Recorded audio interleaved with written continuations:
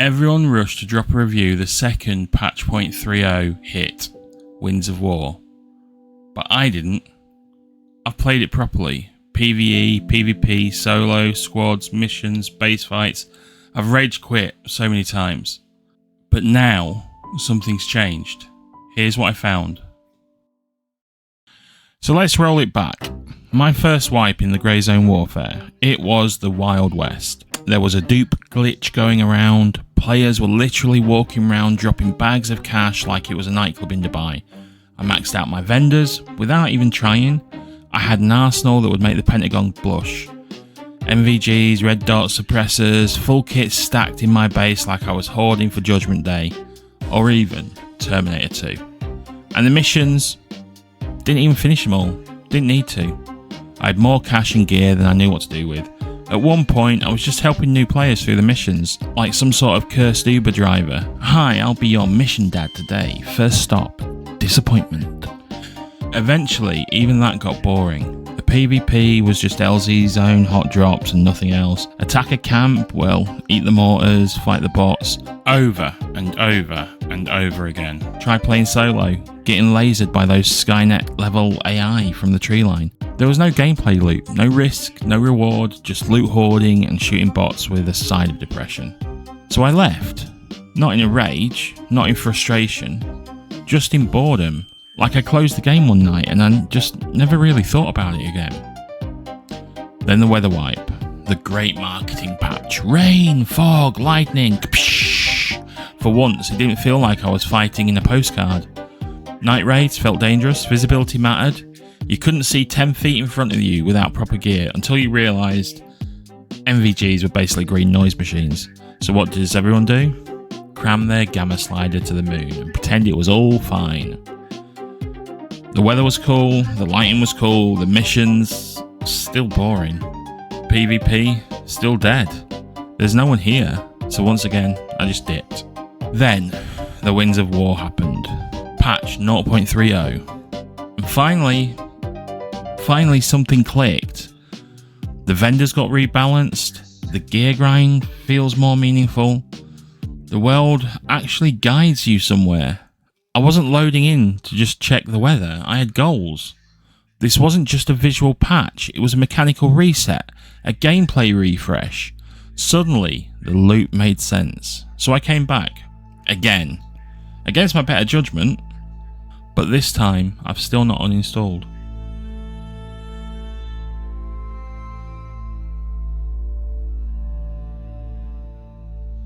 Grey Zone always had potential, but 3.0 has finally unlocked it. This isn't just a hidden jungle now, it's a world. There are hidden shrines, villages with actual loot, enemy zones with purpose. You follow a dirt path and it leads somewhere that matters. For the first time the map flows. You can start near Namhaven, push through to Bravo, move up to a recon point near YBL and then knock out 3 missions without ever calling a chopper. Before, you'd go to an LZ, complete a task, that was it. Now the mission guides you through the map instead of just dropping you on top of it. Every corner of the map has something tucked away now. You climb a mountain, there's a radio tower covered in guards. You walk into a clearing, you find a nature reserve filled with wildlife and dead bodies. You're in a jungle, but it's not empty.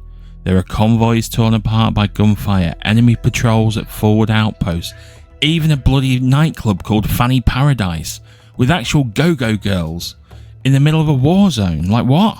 What is this game? Metal Gear Solid meets Far Cry 2 meets a Bangkok Hindu? But the best part, you don't need choppers anymore. You walk, you explore, you do missions. The map isn't functional now, it's interconnected.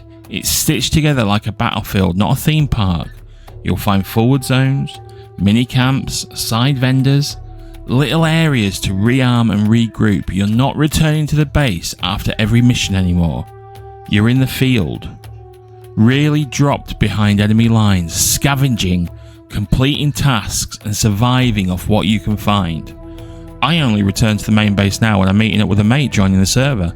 The rest of the time, I'm out there, alone, in the dark, covered in blood and pineapple juice. This world finally feels real. It rewards curiosity, it punishes the recklessness, and it pulls you into that fantasy. It immerses you. You're not just playing a mission shooter, you're operating behind enemy lines. Grey Zone 0.30 made walking cool again. I've seen less leg day in a gym. You're not extracting anymore, you're surviving. You have to eat, you have to drink, you have to think. You push too far without meds, you're done. You mess up a fight, your gear's gone. You're not bouncing from raid to raid anymore, you're staying in the field for hours, pushing through missions, patching yourself up with a half-used bandage and half a prayer. When you survive an ambush, limp to a forward zone and stash your loot like a starving raccoon. That's when it hits. Not a windscreen, not a fat payout, just relief, satisfaction, and the quiet flex of knowing your M4 lived to see another gunfight. Kit durability is now part of the grind. Your rig wears down. Not instantly, but enough that you need to watch it. Let it hit 0, that's it, into the bin it goes. Helmets, not so much, but your chest rig, that thing's on a timer. Weapons technically wear out too, but it's inconsistent. Scopes and mags degrade faster than the actual gun does, which feels backwards. Sometimes I fire 800 rounds and the only thing that breaks is the magazine's will to live. I think some of the performance drops as your gun wears down, but honestly, it's like your gun goes from deadly to slightly rattly. So yeah, it needs work. And yes, you do need food and water, but this ain't Tarkov. You're not going to go blind from dehydration. At worst, you lose a bit of stamina and feel mildly inconvenienced, like when your vape dies mid-squad wipe. There's food everywhere. I've eaten more crisps and chocolate bars in this game than I have in real life this year. If Grey Zone taught me anything, it's that I'm one canned drink away from developing type 2 diabetes. Speaking of injectors, let's talk stims. You can pop a poison blocker or a stamina extender or a mystery goo that lets you run like Jonah Hill and get him to the Greek. But do I fully understand them? No.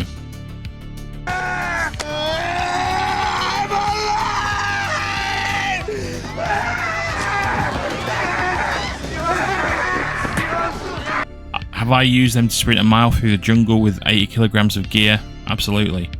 There might be negatives, but I was too busy vaulting over rocks like a caffeinated goat to care. Vendor progression, way tougher now. Your starting gear has been nerfed into oblivion, which yeah, pissed me off a little bit.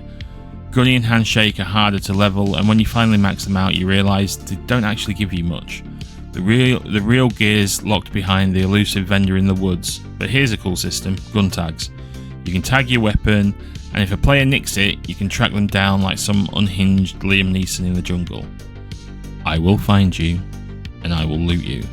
No joke, I died falling off a cliff once, full kit, but because of the tag I knew exactly where my body was. It was like trying to find your car in a festival car park, only instead of a Vauxhall Astra it was an AK with a 12k optic.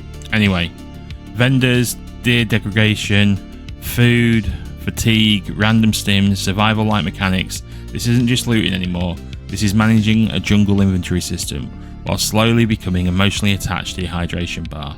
And the best part, when it comes together, the missions, the gear, the survival, it feels like you've earned it, even if you died halfway through because you forgot to pack morphine again. So let's talk about PvP. It's still inconsistent. Sometimes you're walking 15 minutes for nothing, and then other times you're into a fight that you remember for weeks. You're rolling with your squad, push your camp, clear the AI, and suddenly, enemy spotted. You get that adrenaline surge, that chaos, that moment where you feel old school armour meets Tarkov meets panic attacks. One of my best fights was at Winchester. We were holding the point, healing, flanking AI, then a real player rolls up with a suppressed MP5. No call out, just vibes and bullets. The entire fight lasted maybe 40 seconds, but we still talk about it like it was Vietnam. But that's the problem really, there's not enough of it.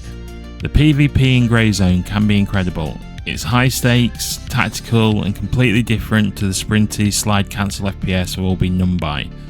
But the problem isn't the combat, it's the frequency. I'm not sure the player base buys into the PvP as much as Madfinger is wanting them to.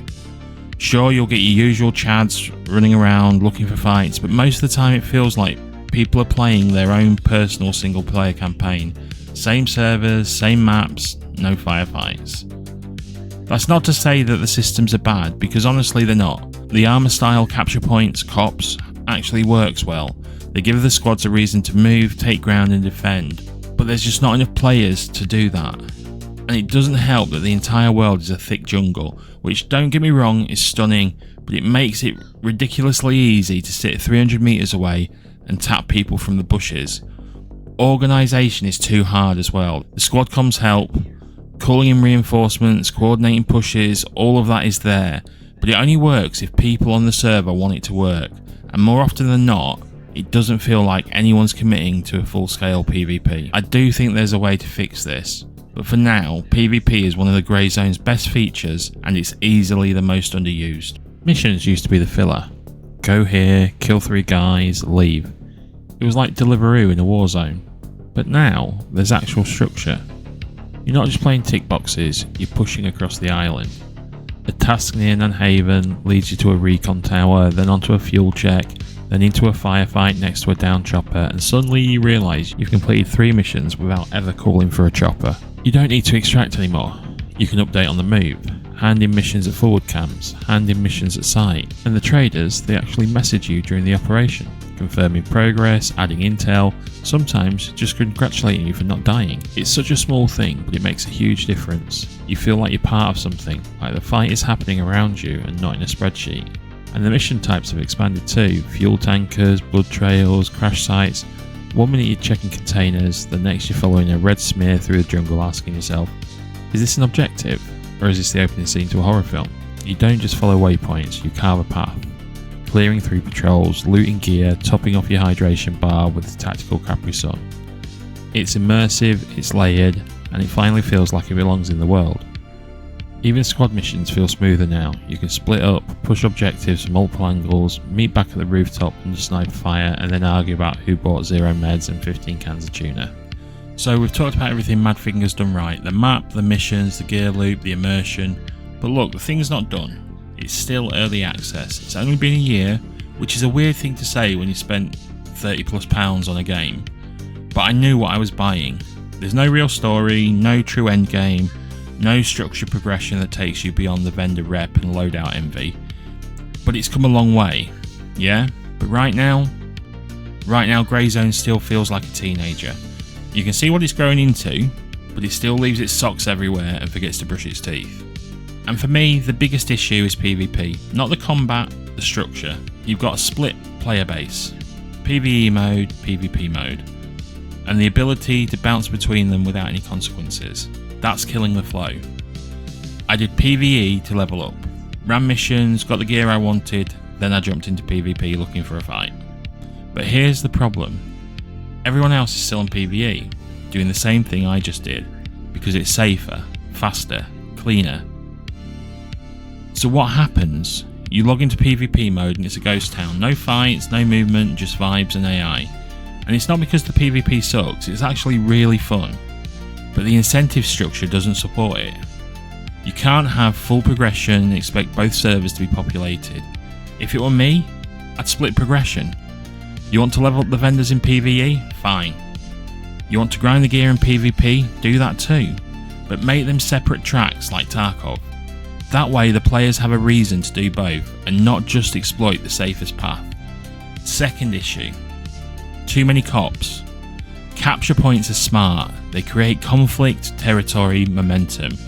But there's way too many of them. Most of them feel pointless. You hold one, nothing happens. The only one that really matters to me are the ones that Vulture's sat in, because actually that gives you something. The rest are just digital flagpoles.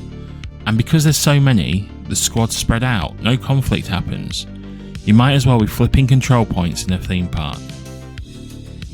Cut the number of cops down, focus the fights in mission areas, reward control with real supply drops of gear you can't have, or loot that you can't find elsewhere. Something that creates the tension and not just the map clutter. Third, the gear system. There's not enough guns, not enough mods, not enough tinkering. Right now I run 2 guns because they're meta. Best recoil, best silencers, best attachments, Everything else, shelf filler. This genre thrives when you're buried in your stash screen for 20 minutes debating whether to run a short barrel or a long barrel, because it just feels right. Let me mod my gun until it looks like a steampunk vacuum cleaner, or I riot. Fourth, we need events, like actual stuff that brings the factions together. Shared missions, timed raids, interfaction objectives. Right now you run with your mates and that's it. You never really engage with your faction beyond the squad menu, and I miss that. Back in the day I'd hang around the base with a proximity chat on, meeting players, joking, sharing tips, but now the base is dead, everyone's out in the field, the camaraderie is gone. And finally, let's talk balance. Weapon durability is still weird, we've talked about it, food and drink doesn't matter enough, loot value versus vendor prices is off, and there's still the strange disconnect between what's worth selling and what's worth hoarding. This stuff needs tuning, the bones are there but they're not aligned yet. So yeah, this game's come a long way, but if I were Madfinger, these are the things I would look at next. So where does that leave Greyzone Warfare? It's not perfect, it's not finished, but it's finally something. It's not that janky extraction clone with nice weather anymore. It's a real tactical sandbox with tension, freedom, and truly some incredible moments. If you're looking for a tightly tuned PvP arena with leaderboards and esports energy, this ain't that. But if you want to drop behind enemy lines, push missions through a living jungle and work gear like it actually matters, and maybe, just maybe, get into a squad fight that leaves your palms sweating and your mic broken from screaming, then this might be the game for you. I've died stupid deaths, I've eaten 80 chocolate bars in the woods, I've killed a guy for a scope I didn't even need. But more importantly, I've seen the vision, and I want to see where it goes next. Let me know in the comments if you played the latest update, what you did love, what's still broken, what would you change if you were Madfinger? And if you're still here, you're the real one, so thank you so much. Drop a like, subscribe, and check out the other videos on the channel. I've got more extraction madness coming, and a whole lot more chaos planned.